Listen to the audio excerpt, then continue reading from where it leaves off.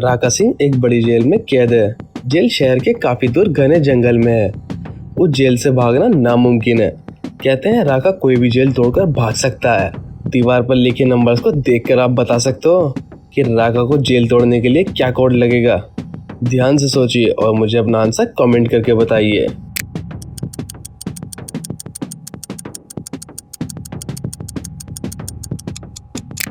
चलिए इसका आंसर देख लेते हैं। कोड हो जाएगा 10 4 7 2। ये सभी नंबर रोमन अंक में लिखे हैं। राका सिंह ये समझ जाता है और रात होने पर गेट में ये कोड डालता है और गेट तोड़कर भाग जाता है। राका सिंह रोज थोड़ा थोड़ा खाना जमा किया करता था। उसने साथ में खाने का भी बंदोबस्त किया हुआ है। वो खाना लेकर निकल पड़ता है। राका सिंह भागते भागते 3 डोर के पास पहुंच जाता है। पहले डोर में जेल के सिक्योरिटी गार्ड है जो राका सिंह को पकड़कर वापस जेल में ले जाएगा। दूसरे डोर में एक बहुत गहरी खाई है जो कभी खत्म नहीं होती।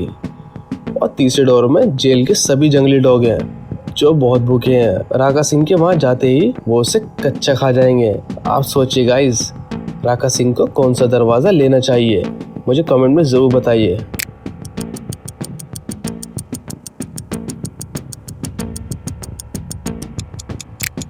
चलिए इसका आंसर देख लेते हैं। राका सिंह को तीसरा दरवाजा लेना चाहिए। राका सिंह ने भूखे डॉग के सामने खाना रख दिया। डॉग खाने में लग गए और राका सिंह तीसरे दरवाजे से बाहर निकल गया। राका सिंह जंगल में आगे की ओर बढ़ता है जहां उसे तभी सामने 2 रास्ते और दिखाई देते हैं। अब राका सिंह को कौन सा रास्ता लेना चाहिए? क्या आप बता सकते हैं? ए या बी?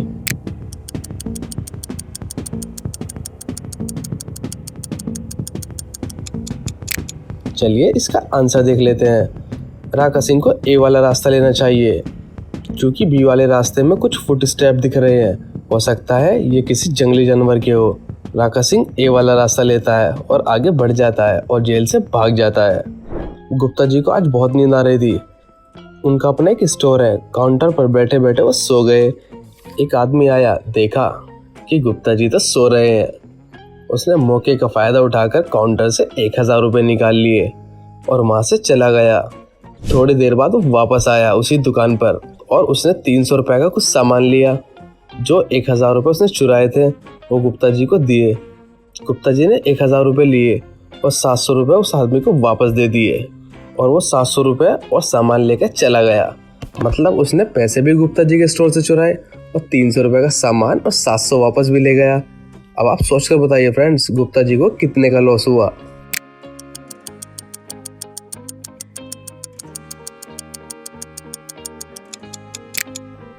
चलिए इसका आंसर देख लेते हैं।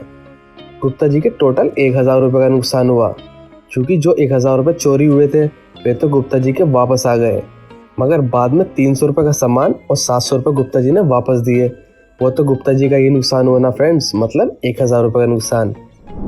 प्रीति एक एयर होस्टेस है। आज उसकी ड्यूटी दिल्ली वाली फ्लाइट में है। उसे एयरपोर्ट जाने के लिए देर हो रही थी। उसने जल्दी जल्दी में अपना कैश वॉलेट ऊपर ही रख दिया। किसी तरह वो एयरपोर्ट पहुंच गई और फ्लाइट ले ली।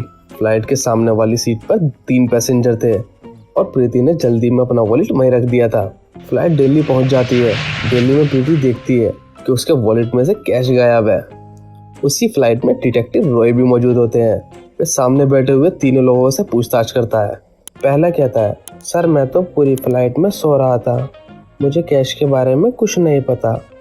दूसरा कहता है, सर मैं इंस्टाग्राम चलाने में बिजी था, मुझे भी कैश के बारे में कुछ नहीं पता। तीसरा बोलता है, सर मैं तो बुक पढ़ने में बिजी था, मुझे नहीं पता कैश किसने चुराया है।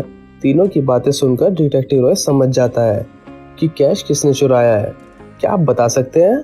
अगर आपको पता है कि कैश किसने चुराया है तो आप अपना आंसर कमेंट में कीजिए।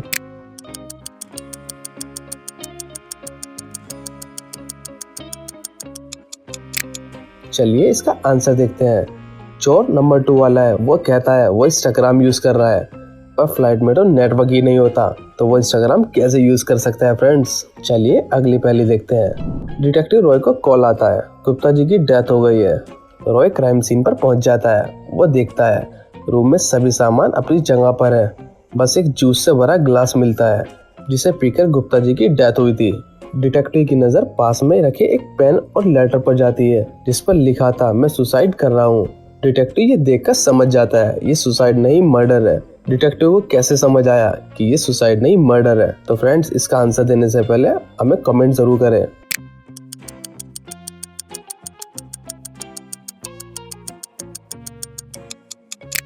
चलिए इसका आंसर देख लेते हैं। अगर आपने लेटर के बराबर पड़े पेन को ध्यान से देखा हो, वो ब्लैक कलर का है और लेटर पर ब्लू पेन से लिखा हुआ है। रोय समझ जाता है कि ये लेटर किसी और ने लिखकर यहाँ रखा है। इससे रोय समझ जाता है ये एक मर्डर है। चलिए अगली पहेली देखते हैं। चिंटू अपने गांव का बहुत होशियार बच्चा है।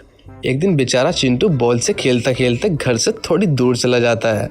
एक किडनैपर उसे अकेले देखकर किडनैप कर लेता है और ले जाकर उसे एक रूम में बंद कर देता है। बेचारे चिंटू ने उस किडनैपर से बहुत कहा मुझे छोड़ दो, लेकिन किडनैपर ने उसकी बात नहीं मानी। फिर चिंटू बेचारा थक हार कर सो जाता है और उसके बाद वो किडनैपर भी बाहर कुछ सामान लेने के लिए चला जाता है। थोड़ी देर बाद चिंटू की आंख खुलती है। वो देखता है किडनैपर वहां पर नहीं है और बाहर जाने का गेट भी ओपन है। अब आप सोचकर बताइए चिंटू को क्या करना चाहिए? ए, वहां पर रखी अलमारी में छुप जाना चाहिए। बी, या फिर दरवाजे से बाहर भाग जाना चाहिए। सी, या वहीं रहकर मदद के लिए चिल्लाना चाहिए। अब कैसे बचेगा चिंटू? तीनों में से कौन सा रास्ता चुनेगा चिंटू? जल्दी से बताइए कौन सा रास्ता बेहतर होगा।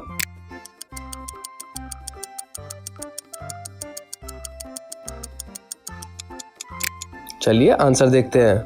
चिंटू जाकर उस अलमारी में छुप जाता है क्योंकि अगर वो दरवाजे से बाहर भागने की कोशिश करेगा तो हो सकता है किडनैपर बाहर ही खड़ा हो या वो वापस आ रहा हो और किडनैपर उसे पकड़ लेगा। और अगर चिंटू मदद के लिए चिल्लाएगा तो किडनैपर उसकी आवाज़ सुन लेगा।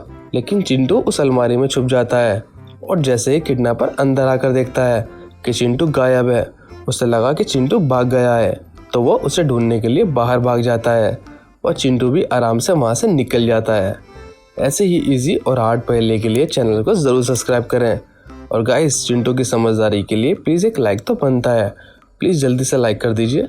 फ्रेंड्स आप देख सकते हो चिंटू बेचारा एक ऐसी जगह फंस गया है जहाँ एक तरफ खतरनाक शार्क मछली है जो इस बच्चे को खा जाएगी और दूसरी तरफ एक बड़ा मगरमच्छ है। चिंटू को पता है यहाँ नीचे एक मगरमच्छ है और वो 2-3 घंटों से ऊपर भी नहीं आया है और वो अपनी जगह से हिला भी नहीं है। वो इस बच्चे का इंतजार कर रहा है। चिंटू अगर पानी में गया तो मगरमच्छ उसे खा जाएगा। अब बेचारे चिंटू को कौन सा रास्ता लेना चाहिए फ्रेंड्स? आप सोचकर बताइए।